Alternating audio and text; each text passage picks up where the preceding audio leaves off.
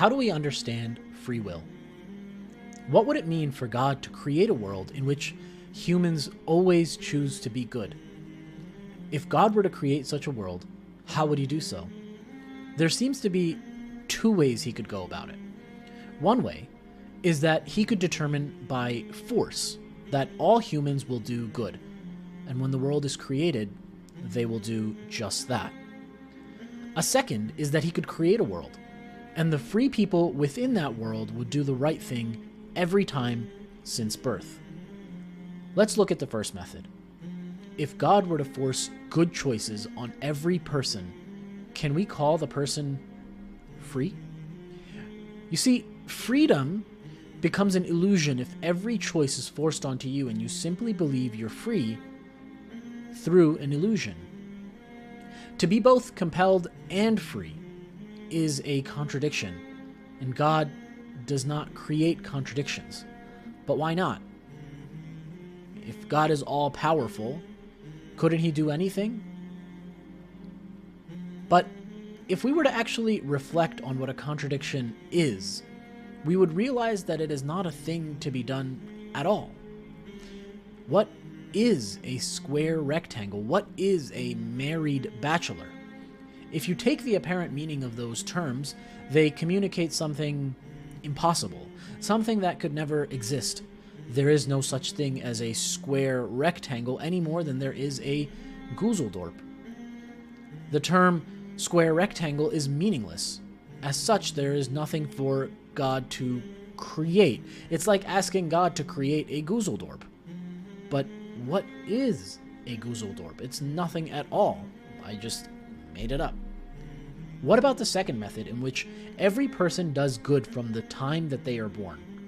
Such a world is a logical possibility. We can imagine it, of course, but though it is possible, it is not the reality that exists.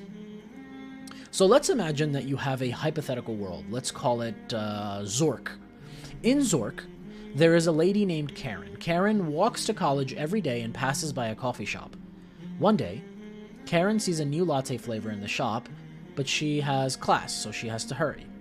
Karen nears the door of the shop, and at this point she has to choose. Does she enter the shop, or does she continue walking? Now, God, with his omnipotent power, has granted Karen free will. When Karen makes a choice, God brings that choice, and of course the state of the world with it, into reality. There are two possible worlds that could arise in this scenario. One world in which Karen doesn't enter the coffee shop at all, and another world in which she does. In some sense, Karen chooses which world comes about. But there can't be a world in which Karen both enters and does not enter the shop at the same time. That is logically impossible. What happens is related to the choice Karen makes. Even though both outcomes are logically possible, only one of them becomes an actual possible because Karen chose that possibility and God brought it about. So, can God create a world in which humans always do good? Yes. But that is up to human beings at the end of the day, because he has said it is so by giving them free will within his ultimate will. To pin the blame on God for our shortcomings doesn't solve the issue. If we as creatures, as free creatures, did what was right all the time, then our world would be very different. Perhaps a very boring place. If you like this video script was compiled from the chapter on free will in the Pearls of the Quran by Naz Hassan. In this book, Naz does a fantastic job explaining really difficult topics like free will and choice, and why they are important in understanding the problem of evil. It's an issue that bothers so many of us today. He ultimately answers the question which is on so many minds today, that if there is so much evil, so much darkness in the world, then how can we say that God is all good?